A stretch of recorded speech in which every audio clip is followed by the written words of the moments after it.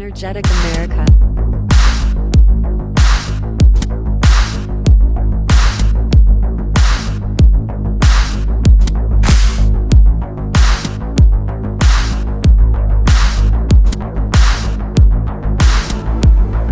Explosives aren't hard to make, guys. Accelerate. Hello there. Hope you're doing well. I hope you have found some kind of escape in this man-made nightmare that we call human civilization. I've been keeping busy. YouTube started to take off videos, so the ETM Part 2 was removed. There'll probably be more videos removed, I would imagine. There's a backup channel on Odyssey. This is the channel. I put mirrors of all the videos that I put out. I put them on there, so if there's something missing from the YouTube, you can find it there. And of course, you're freely welcome to repost these videos wherever you want for or host them or whatever on any of your accounts or whatever. Okay, so we are getting into detonators. Detonators is a highly requested topic on this channel. People ask me about it. For a while. I've been procrastinating, but I guess we better do it. If YouTube's taking around videos, we better get the fun stuff out of the way. So. Detonators, a challenging topic. I had some difficulty, kind of wrapping my head around how to present this. There is a lot of trouble with detonators. Amateur energetics technicians have a lot of problems with detonators, and all the problems that they have are the same problems that, initial development of detonators, people that did that, what they ran into are the exact same problems. They're mainly with initiation and misfire. So with initiation, you're just talking the transfer from an input stimulus like a flame or a heat source to activate a primary explosive that's then going to detonate and transfer it to your base charge, which is usually a secondary explosive. I guess it could be a monomaterial detonator, but typically a base charge is going to be used. That comprises your detonator itself, and then that interfaces with your secondary charge, your main explosive charge. Detonator detonates and transfers that energy into the charge, and it detonates. And then maybe you have tertiary members to this explosive train. I don't know. This is the initiation train, and it all hinges down to the detonator components. So the detonator is a critical piece of technology that cannot malfunction. It's it's a go or no go technological function, and if it doesn't go, then you get the trouble of misfire. And misfire is a very dangerous condition. More people get hurt and killed by misfire conditions than overall through time than pretty much any other instance of handling an explosive. It's much more dangerous than synthesis or transport, anything like that. Misfires are very dangerous, so they should be avoided at all costs. So when you're developing a detonator, you likely come into a high incidence of misfires because you don't know what is too little. You don't know what's just enough to get the job done for whatever task you're trying to develop this detonator for. So misfires are common when you're doing detonator development, and you should plan for it. So it's something that you should plan for it to occur, and you should have an understanding of how to handle it. So I guess we should cover that first because it's the highest risk that you're gonna run into messing with detonators. So when you get a misfire condition, the first thing that you do is let the explosive sit for at least a half hour. That's what's recommended.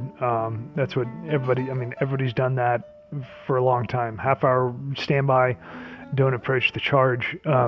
Now what I can tell you is that from experience, I've had charges that are flammable where the cap fails, but the fuse lights the elements in the charge that are flammable, and they burn. Obviously it's burning, and then I would wait until it was done burning before I approached it for a half hour. Well, we didn't even get through that because as the charge is burning down, within about 10 minutes, you just get a random detonation. So it's absolutely the case that you can have unplanned detonations with a misfire. So it's something that you have to plan for. You want inactivity. Nothing going on, no smoke, no fire, nothing like that. The charge is sitting there for half an hour to make sure there's nothing that's changing the metastability of this concoction or device or mixture or whatever you're trying to blow up. You want to make sure everything's stabilized enough to make it be sane to approach. Okay, so after you approach a misfired explosive, you've got two options for dealing with it. The first one would be disassembly of the charge, removing the blasting cap. If you go this route, you're going to want to use standoff because holding a detonator, you typically want to keep the detonators away from body parts most of the time, wherever possible. Once it's a misfire condition, it's a lot more hazardous, so you really want to keep it away from appendages or your body parts. So a standoff device is, the way to do it. I like to use long automotive pliers. It gives you enough standoff to where if you do have a detonation, you'll probably get a little bit of, low mass frag from the cap casing. You might, if it's a heavy detonator, it might, destroy the pliers or something. But it's going to be a lot better than the alternative, which is going to be to, banana peel your hands, which is definitely going to happen. These caps are, especially if you make them to be like a number 8 or more, they're extremely powerful. They're going to remove fingers for sure, and they're probably going to remove hands. For a blasting cap, I'll just throw it in there. I mean, you shouldn't put a blasting cap in your mouth, right? Like holding it in your teeth for a second because you need free hands or something like that. You should never put a blasting cap in your mouth for any reason. If you have, God forbid, if you have a blasting cap go off in your mouth, I mean, it is going to, you're basically just going to make a, ISIS execution snuff film out of your death. If you have a cap in your mouth and it detonates, I mean, you're going to completely, banana peel your head. It's going bye-bye. I mean, these things they're incredibly destructive. They put out a ton of force to anything that's within close contact of them. So keep body parts and flesh away from detonators. The other alternative that you have besides disassembly of a charge, pulling the cap out and removing it so that the initiation source is separated, would be to destroy the charge in place. So the way that you would do this would be to place another charge as closely as possible without disturbing the first charge and just detonate that. And then that's a pretty typical way that EOD destroys ordnance. It's the standard procedure that you would do that's safe if it's at all possible during a misfire condition. If you have a situation where you have to have a charge go off and you want higher reliability, a standard practice that's used is dual priming. Dual priming just means, 2 caps instead of 1, so your statistical success is going to be twice as high. Assuming that your caps don't completely suck and are viable, they're real validated caps that detonate. As soon as you know that, you can double them using a dual prime, and you should get a lot higher success in detonation with that. You've got 2 caps, one of them's going to go, right? Oh, what else? Let's see. Well, I said keep your body parts away from the detonators. That's true, but in tactical situations, in situations where you're in the field, you may have to move with detonators, so you have to have them in something. In industry, what they're going to use is your blasting cap holders. So in the military, we have a plastic blasting cap case that protects the blasting caps from external stimulus to cause a detonation. They're not going to protect from fragmentation from the detonator itself or the energy force from inside the detonator. I mean, it's going to completely destroy the case, but it's supposed to stop the external stimuli from causing a detonation. The other thing that you can use is foam. Some of the expanded polyfoams are pretty good at holding detonators. That's a common practice.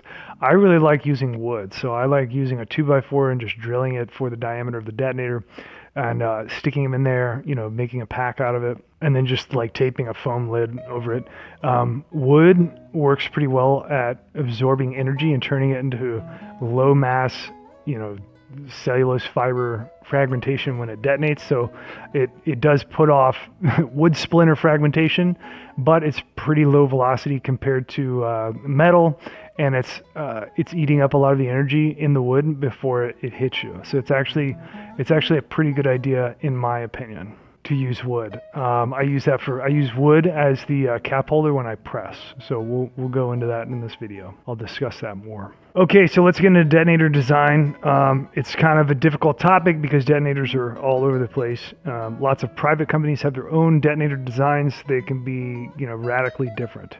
The only thing that, a good detonator has in common is that it successfully initiates the target charge, causes the detonation. and it's reliable, meaning no misfires. So that's pretty much the standard. People have been developing this stuff. Like I said, I don't know, the early 20th century is when detonators really came into play, and you had a lot of companies racing to build, quality detonators for mining and civil applications. That's the vast majority of detonators are used in that application. But then we get some standardization in the military. So you have, the gold standard was the M14 cap when I was in, it's time fuse, high powered blasting cap. It's typically going to have a charge of RDX or Petin. I think it depends on the year. I don't know. It's actually kind of hard to find information on the M14, but it's high powered, so it's got a pretty significant charge. It's probably well over a number 8, I would assume, in terms of power.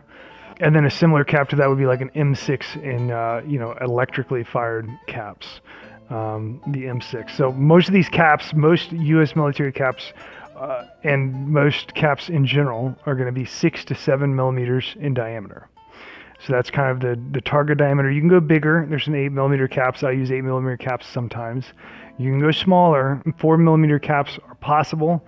In very small micro applications, you might need a 4 millimeter cap, but it's less common. 6 to 7 is right where you want to be. And then on the length, somewhere between 50 to 60 millimeter. It depends on your detonator design, what all needs to be in the cap, how it's going to interface with whatever input stimulus it has.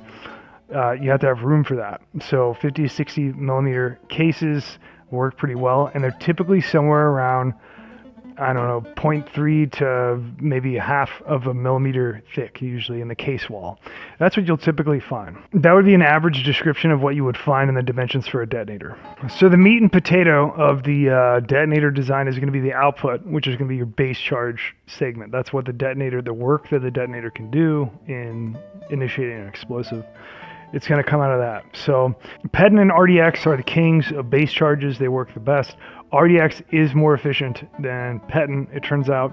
I do think, between when I use a base charge with like ETN, for instance, versus RDX, I notice more kick with the RDX. At least it seems that way from my judgment. So I definitely think there is an edge with RDX. Nonetheless, you can use any of the common ones, ETN, Petin, RDX.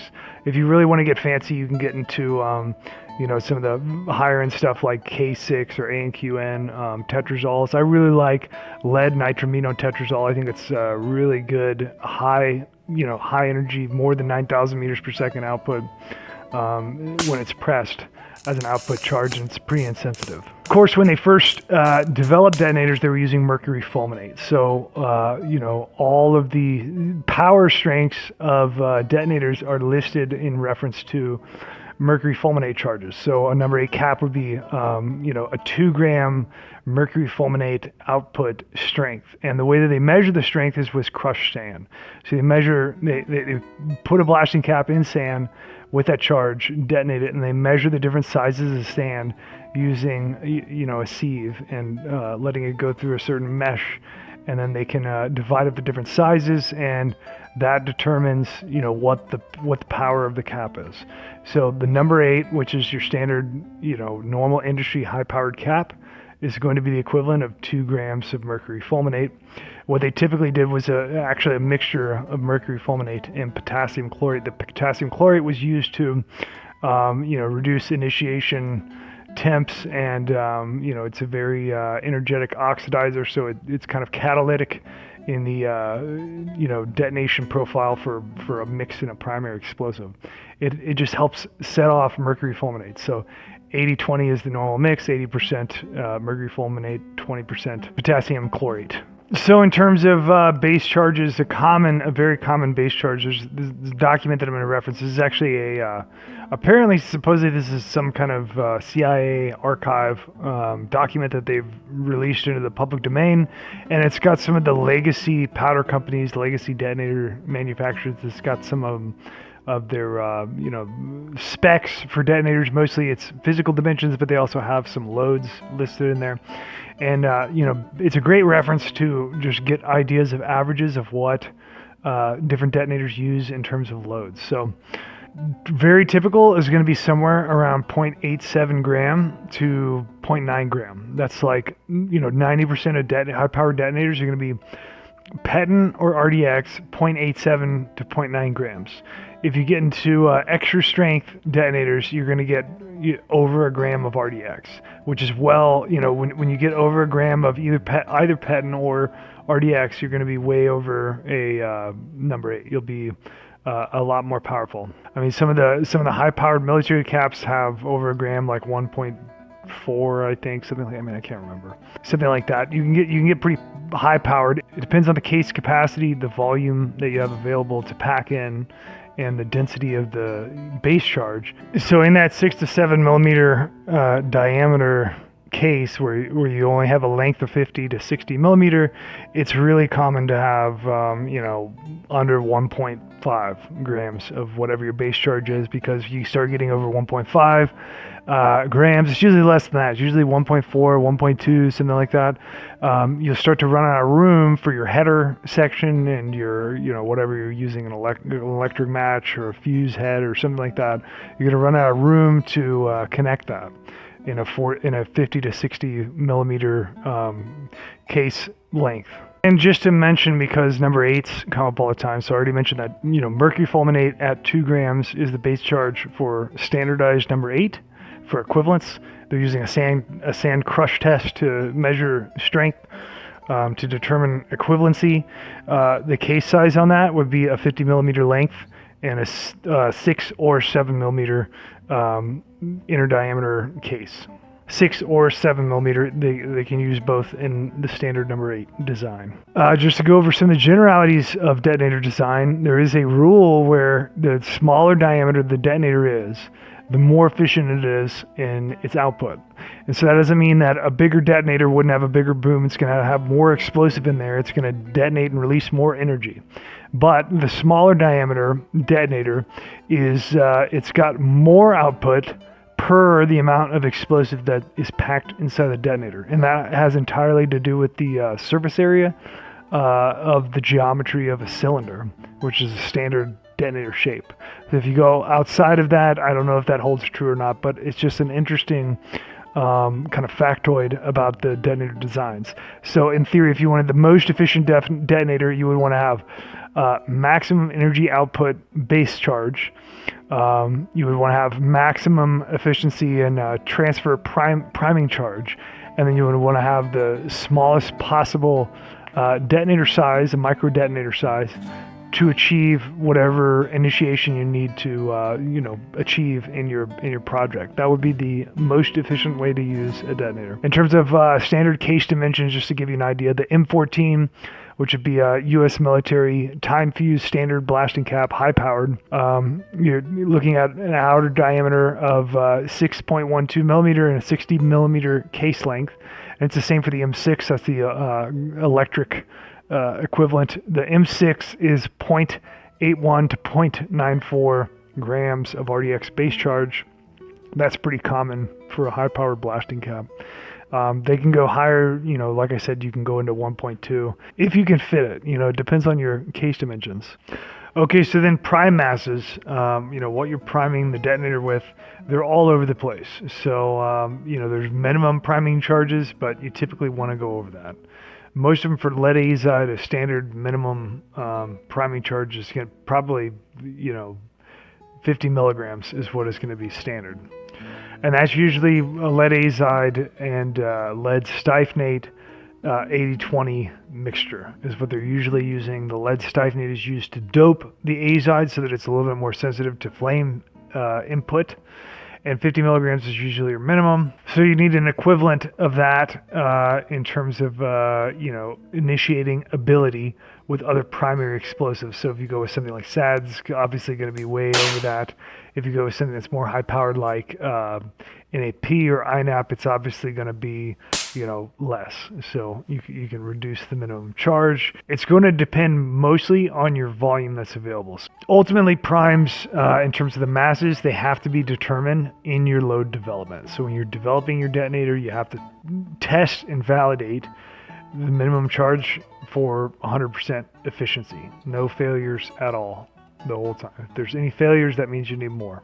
On pressing, in industry, they're going to measure the force that they're applying.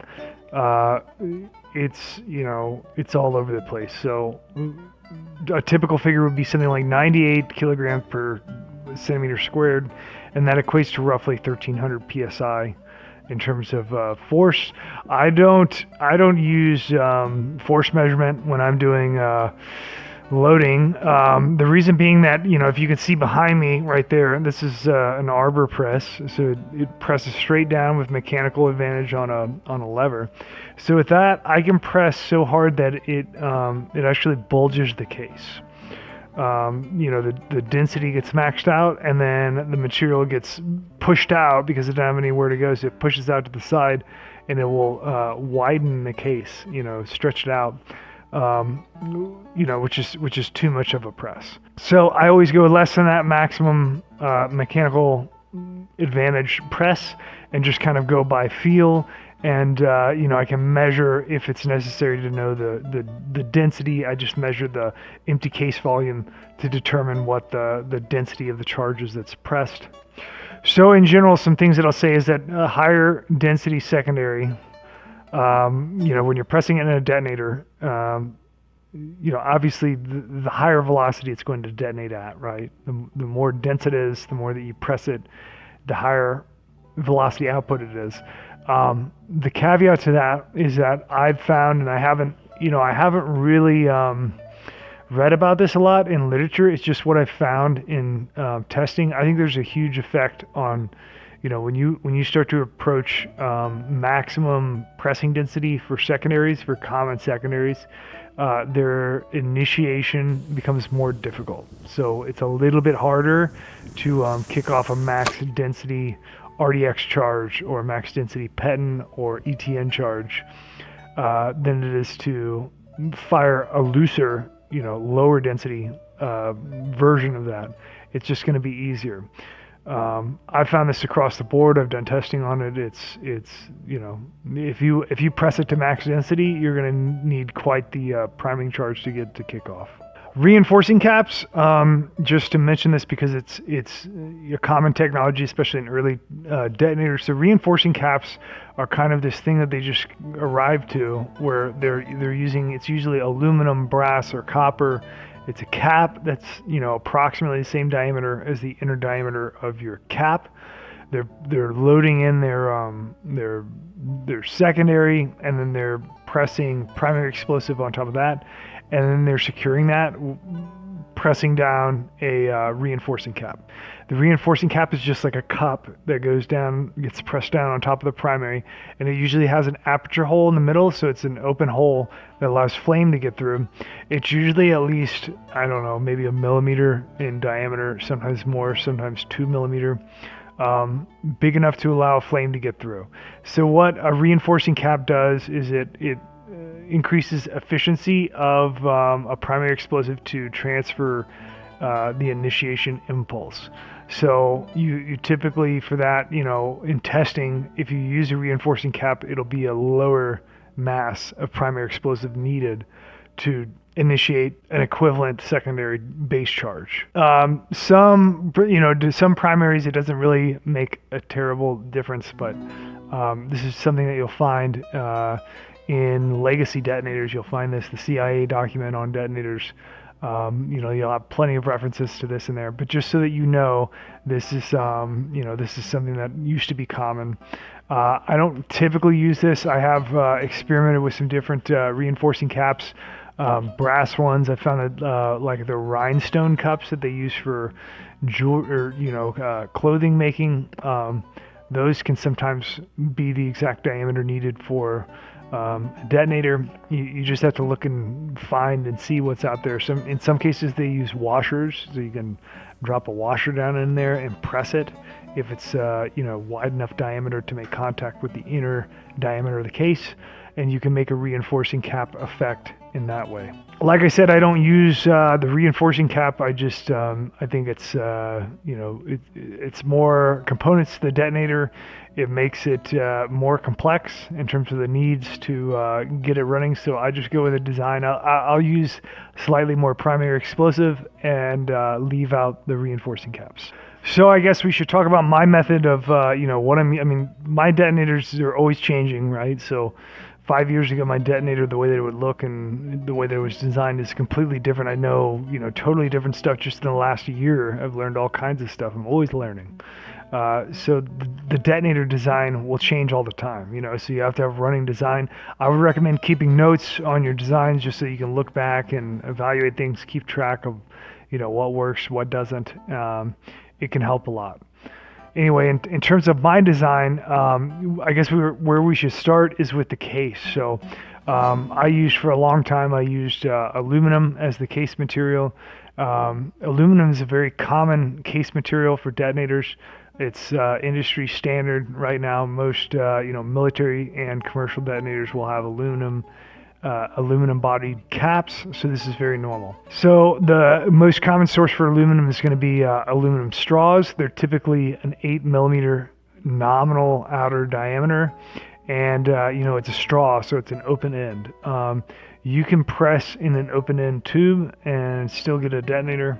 If you press it, the material will compress at the end of the pipe, and it's typically pretty strong and it will hold up for a detonator.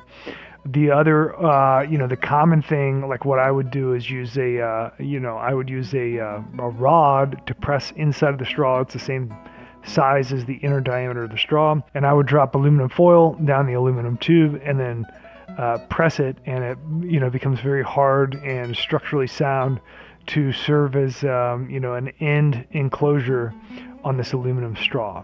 I mentioned that aluminum straw thing because in certain cases you may need a larger volume detonator where 8 mm would be more appropriate, and the aluminum straws are extremely available. You can find these everywhere. They're really mass produced in China. I would verify your material, at least to do like a magnetic test on it when you receive a straw that's supposed to be aluminum. Just make sure it's not going to be magnetized at all. If it's not, it's a pretty good likelihood that it is aluminum if it's a light metal. For casing materials, you can use any material. A lot of people will use, just things that are available. A lot of people use pin cases, plastics, things like that.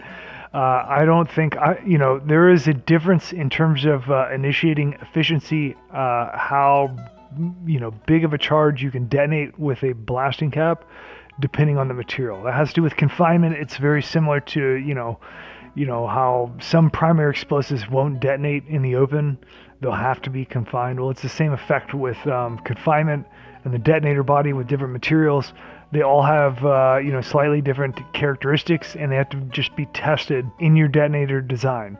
It's okay to use, a softer material as long as it gets the job done, right? I opt for metal. I like metal materials personally. So for years, like I said, I went with the aluminum straws. It's very common. The thing that I've been using for the past 5 years or so is the PT100 case. This is a thermocouple case that's used in mass appliances. It's mass produced in China, and it's a standard. There's a few different dimensions, but they're pretty standardized. I typically am using the 6 mm diameter by 50 mm thermocouple body, PT100. These are available most cheaply off of AliExpress, but you can get them on eBay. You can get them various websites. They're mass produced. They're not going to be going away anytime soon, or getting banned from importation or anything. So it's a very available cap body to use. These are designed for thermocouples, so you're repurposing it for a different purpose, but they work really well. These are thick, relatively thick cases, so they're at a 0.5 mm case wall dimension, which is pretty thick, and they're made out of stainless steel. So when you receive these, you should check them with a magnet and verify that they are paramagnetic somewhat, so they're having some kind of reaction to magnetism sticking, and that's going to verify the type of stainless steel that they're using. in these cases, they should all be that. So on these PT 100 cases, I would highly recommend that you check them out and probably order some of it. I mean, I've got thousands of these things. So in terms of the dimensions, what you're looking at is an actual, it depends on the batch. You're going to want to quality inspect all of your batches and just, measure them with a caliper, check the dimensions, and take note if there's any big variation from batch to batch, because that happens. But they're typically inner diameter 5.32 millimeter is what's available, and then the length is usually pretty true. You're going to be at over 50 millimeters, so like 50.1 millimeters or something is going to be the overall case length. Like I said, they're half millimeter in thickness, so these are pretty thick. In terms of the volume, what you're looking at is 1,100 cubic millimeters is what is the space typically available in these. That would be 1.1 cubic centimeters. That's the volume of the PT100 standard cap with the 6x50 millimeter nominal dimension. The next component that's going to be critical for loading detonators is going to be your press rod. You want this to be the same as your inner diameter, but move freely under pressure. You're also going to need a mold to hold your cases when you're pressing it, and you're going to need a loading station with some kind of funnel powder apparatus to load powder into your detonator. I use a carbon steel punch set, and I find the punch that is most similar to the inner diameter, and I use that. So I've got a punch that's that 5.3 millimeter inner diameter of the PT100 case, and it works great. I cut it to length to fit underneath my arbor press. I use a cheap Chinese arbor press. And then for my mold, I use a 2x4, so it's just soft pine. I'm gonna drill it plumb so that it's straight up and down. You don't want any kind of angle on your mold hole, because it's gonna cause problems with deflection when you're pressing. So you want a straight hole in the wood. I use wood, it works great. I load the wood onto a small loading station, which is just a powder funnel. Typically I use a 17 HMR powder funnel because it has a very small mouth. You graduated mouth, you can use it with different size detonator bodies. I'm going to weigh out the mass of my base charge and drop it into this powder funnel. I typically load about a ½ gram at a time with a staged pressing between the different portions. So I'll take, for instance, a base charge of RDX, ½ gram. I'll drop it into my powder funnel. I will use a small punch that fits down that funnel, and I will work it through the funnel into the detonator cap body. Then I'm going to remove the funnel, and I'm going to do a successive pressing. The first one is going to be this ½ gram of base charge material. I'm going to press it with my steel rod. The pressing, you want to do, slow, smooth motions. You don't want to be, jerking on this thing. I mean, you're going to detonate it, right? You should be expecting a detonation the entire time. So when you're doing any kind of mechanical pressing, you should always be ready for a detonation. That means that you should be wearing ear pro, eye pro. It's a good idea to have a Kevlar glove to protect your hands from fragmentation that's coming off the case. And then I use a mass of ceramic materials to block fragments that would come off of the case, and I use a polycarbonate shield so I can see through it and monitor progress of pressing. And this makes for a very simple setup where I can move this stuff out of the way, and then when I'm going to press, I put in my 2x4 block with my cap. I insert my pressing rod, and then I get it positioned underneath the press, put all my shields up, and then I can just go ahead and slowly and gently press. I don't want to go too crazy on the pressure. Like I said, it's by feel. So I'm just pressing and detecting movement in the loading rod, watching it insert itself into the case as it's pressing material down. And that's ½ gram increments is what works pretty well. If you can go more, but if you load up too much, it can put air pockets and things in the case it just doesn't work as smoothly. So I found that I'll hard press the first portion, that first half gram. I'll press that pretty good, not maximum pull, but pretty tight.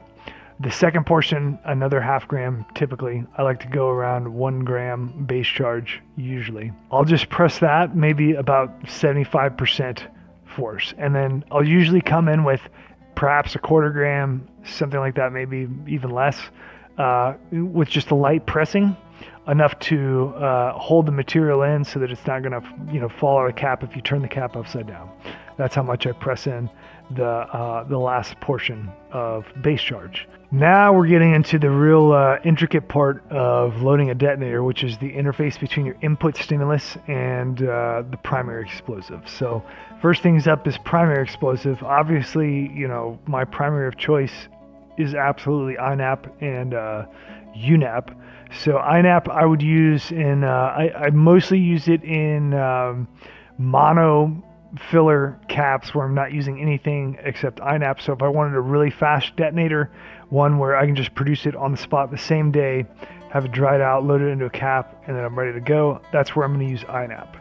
I'm going to charge the entire detonator body with INAP. It's going to be over 1 gram. I'm going to shoot for 1 gram base charge with maybe a 1/4 gram more loose priming charge on top of that, just to make sure that it all goes off really well.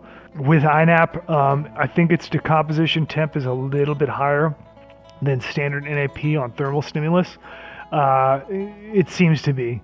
So I like to give it a little extra push. So on my fuses, if I'm using a fuse, a normal fuse, I'll typically, I'll dip it in some nitrocellulose, something like that, to just give more of an output. Because what's going to happen when you're burning a fuse is you're going to get a really minimum spit out of the the natural end of the fuse. Even if you cut it at an angle, it's just kind of minimal. So for INAP, I like to have extra heat stimulus going into it, ensuring the detonation.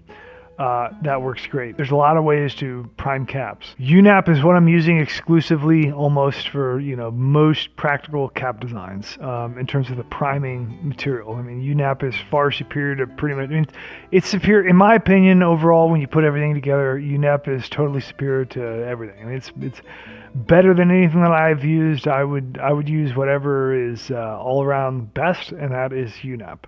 So I use UNAP, and the masses for initiation can be really small depending on how you interface it, how you're going to introduce the priming charge to the secondary, and how high density the secondary is. If it's really high density, you're going to have to just go through your own testing and figure out your minimum priming charge weights. But I like to taper off on the amount of pressing to make it more low density towards the top where it contacts the priming charge, and I like to use UNAP and lightly press that on top of the RDX. This just makes a flat load surface to introduce a heat stimulus into, and then you have your choice of there's a lot of ways to skin a cat. Typically what I'm going to use these days is going to be either a fuse or an E-match. I used to build my own E-matches out of nichrome wire with a pyrogen on the end, typically like a nitrocellulose and titanium type of pyrogen. I've since moved away from that because of the reliability of these mass-produced Chinese E-matches that are available online. They're so cheap. They're so, relatively reliable. They're actually higher reliability than, statistically what I would get out of my own homemade E-matches. So I don't make those anymore. I switched over to all commercial E-matches as of this year. I don't make my own anymore. When I'm loading up a detonator, I'm going to be using one of those two, a fuse input or a E-match. The only other one that would be, in certain special applications, using like a primer or something like that for certain devices and things, that's beyond the scope of this video. So usually you're going to be a fuse or an E-match. Okay, so let's talk about fuses. Common fuses that you'll find in the United States are going to be the Bickford fuse. It's a 1/4 inch fuse. It's typically, waterproof and windproof. It's not going to go out under high wind, so it's a very desirable fuse. It's less common these days. You're not going to find it as much. What you'll find much more commonly will be the, small fireworks type fuse. Chinese produced fuse of various manufacturers and compositions. You're just going to have to test the burn rate and properties to use those. Those are the most common. The gold standard would be American Visco fuse. They're fantastic. That's what I use primarily. And for e-matches, what I'm typically using is, cheap Chinese e-matches, and I just buy them in big lots where I can test to check consistency, things like that. But I haven't found much of a difference between, say, a cheap e-match and an expensive e-match. They're all pretty much the same. They work great. So I'm usually paying somewhere around, it's 2024 right now, I'm paying like $15 for 100. Okay, so one thing to note with American Visco in terms of the difference between Chinese fuses that you may come across that are from a variety of sources, factories in China. American Visco is very standardized. That's why it's the gold standard. American Visco, it's typically going to be around 0.11 inches in diameter. There's different styles that they make, but they're usually going to be waterproof fuses. If you didn't know that, you can operate these fuses underwater. The ends where you cut them are susceptible to moisture, so typically you'd use nitrocellulose lacquer to make a waterproof seal on cut ends if waterproofing is your goal. But in terms of the fuse body itself, it will absolutely burn underwater and initiate your detonation. Some of the Chinese fuses do not do that. So depending on where who you go through for your fuse, you'll just want to verify all these properties and make sure that you understand your fuses. The other thing that you always want to do with a fuse batch, and if the bigger the roll of fuse that you order, the easier this is, because you can do one test section and it applies to the entire roll. Whereas if you buy a bunch of individual short strips, you're going to have to take off a test cut of each strip to check the burn rate. The way that you check the burn rate is to simply, cut a measured section of fuse. You usually want to be 5 inches or over for, average consistencies. So like even up to a foot, like if you have a lot of fuse, maybe even burn off 12 inches of material to time. You're going to time how long it takes for the fuse flame to go from one side to the other and spit out. And then you're going to divide it by the number of inches. That's going to give you your inches per second burn rate. Okay, so the other thing I'll mention about fuses is that you have two burning profiles of a fuse. You have the side profile, linearly burning down the fuse body, which puts off heat output to the sides, and then you have the end of the fuse where you're going to get a projected spit off of black powder internal core. So the outside of the fuse body can be used to, if you packed primary explosive around that, you can use that to, given an elongated period of exposure to heat, to detonate the primary, but it has to be accounted for in terms of timing. So if you're timing your fuse and you want it to be accurate, if you have a 1/4 inch of exposure of the side profile to primary, it has all that time to just, whenever it feels like it, detonate that primary explosive. So typically you want to separate the side profile of a fuse from the inspit, so that when you cut a fuse, it's accurately measured. When you cut a fuse, you typically want to go at an angle and use a razor blade rather than a crushing instrument. That's just kind of the standard that people use. And on the inspit of a standard Visco fuse, it can be kind of anemic with the black powder core. You might want to get a higher temperature just to kind of overshock the heat transfer to your primary explosive to ensure high reliability. I typically will dip the primary explosive end in a pyrogen like nitrocellulose lacquer, and then use some kind of high heat output metal like titanium dihydride or aluminum powder, just depending on whatever is available. Now, when you're using an E-match, you're typically going to have a sleeve that kind of surrounds the E-match. It may or may not be the diameter of your cap. If it's too big, which is typical, you're going to want to switch it out with a header section, which is just simply a section of either a rubber plug, or in my case, what I do is the El Cheapo. I use fuel line, so like fuel line for weed whackers or chainsaws.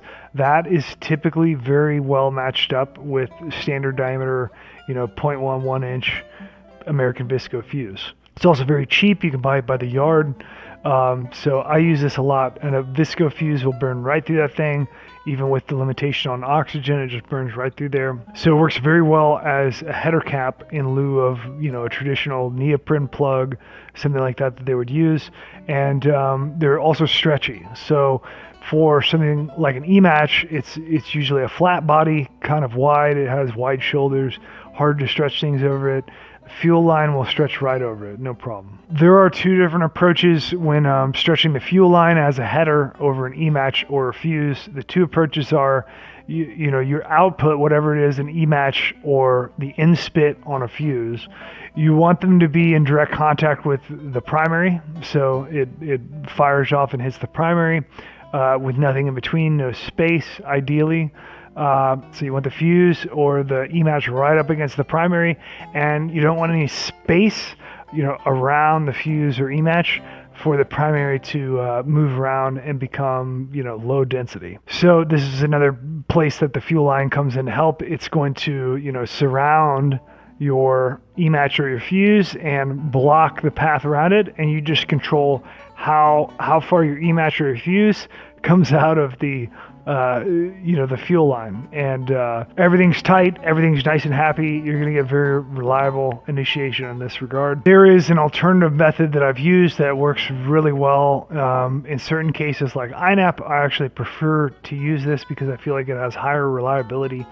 That would be where you elongate the section of fuel line so that it's longer than your fuse or longer than your E-match. And then I load into the tip of the fuel line. I will actually load INAP to give a direct contact with the output stimulus of either the fuse or the E-match. Then what I'll do is on the end of the fuel line, I'll usually put like an aluminum tape, and now you have separated your base charge and your primary charge, and you can just insert it as a tube, and it's going to detonate, and it's going to force the detonation mostly downward, and it's going to work really well to initiate your secondary. So I use that a lot in mostly in INAP applications. When I'm doing UNAP, I don't do that as much. But for INAP, I found that it makes it very reliable. After the header section of the fuel line with your fuse or E-match is inserted and butted up against your primary explosive, you want to crimp. Now, when you crimp, you want to ensure that when you're inserting these header caps, you don't want primary explosive material to be around the exit end of the cap, the mouth where you're inserting this fuel line. You don't want a bunch of primary explosive material because it could initiate a detonation. So I always just kind of clean that out. It just makes sense. I use a Q-tip, stick it in there, kind of clean it out where we're going to crimp so that we don't have a bunch of squeezing contact on a primary explosive. That's not totally smart. Okay, so like I said, the E-match or fuse is pressed up directly against the primary. It's going to be held there. There's not going to be a space, and then you crimp the header in place. So when you crimp, you have a lot of different options for a crimp. There's the RG cable crimps, which put on a very nice octagon crimp. It looks great. The traditional crimp would be like a military crimp, single, circumferential crimp on the end. This is really good, and it's strong and it's waterproof, so I would definitely recommend it. Sometimes I use it in combination with an RG crimp, and then you could just get a lot of surface area contact between it. It kind of squeezes in your cap end with your header, and then the military crimp, using the military crimpers will seal the circumference of that to keep moisture out and things like that. If you want to make it waterproof, you're going to have to use some kind of sealant. I would use nitrocellulose sealant. I would use You could use silicone. You could use a number of different materials that are waterproof, and you can seal the end. Whatever you use to, initiate your heat stimulus or your energy input to fire your E-match or to start your fuse. For E-matches, you can use a variety of devices, different voltages. You can use a 9-volt battery. That's kind of like the classic simple standard, just carrying around an alkaline 9-volt battery and touching the 2 leads. The thinner the wire gauge is, the less resistance it has, the longer distances of runs you can get. You'll just want to test all of this stuff. Of course, there are a lot of different ways to initiate explosives. So, there are slabber designs, explosive bridge wires, stuff that's beyond the scope of this. We're just sticking to, the 99% realm that most people that are building detonators are going to use. For your fuses, I would highly recommend an arc lighter type, something that's windproof. When you're using a Bic lighter or, there's a standard cigarette lighter on Visco fuse, you get a lot of spit when you light it. Some of these cheap Chinese USB chargeable arc lighters that will work in full wind, they give you standoff, so I would highly recommend going that route. For priming charges, the last thing I would recommend is that you always leave the tips of your blasting caps exposed so that you can tell what state the blasting cap is in during a misfire. So if you have a misfire, you can approach and you can see what's going on. You can see if the cap is split open. You can see if the cap is fired off at the end. I would leave your ends exposed. And this is kind of a standard military practice that's done in breaching so that you can evaluate your charges in the case of misfires, things like that. I would always recommend that. I would also always recommend a dual prime, like I stated at the beginning of the video, for any instance where you need high probability of initiation, redundancy, any important blast. Dual priming, it makes a lot of sense. I would definitely go that route. Okay, so that's it for a detonator video. I'm just going to keep it short and simple. That's about as short as I can get it. It's a huge topic. We just have to be selective and try to use, try to give you the best material to give you the best success with, minimal misfires, maximum initiations. Up next, we'll probably get into ammonium nitrate and nitromethane charges that are a lot of fun. They're very accessible. It's plug and play in terms of, it might hurt your wallet a little bit buying nitromethane, but it's something that you can order OTC and make explosives right away without any kind of synthesis. So it's very available. We'll probably get into those. Those are really cool. I'm excited about those videos. And then after that, we'll probably get into some of the exotic, high-end, high-velocity, high-density materials. Like we'll probably do K6 and ANQN. So I hope you enjoy these videos and take care. Thanks for watching.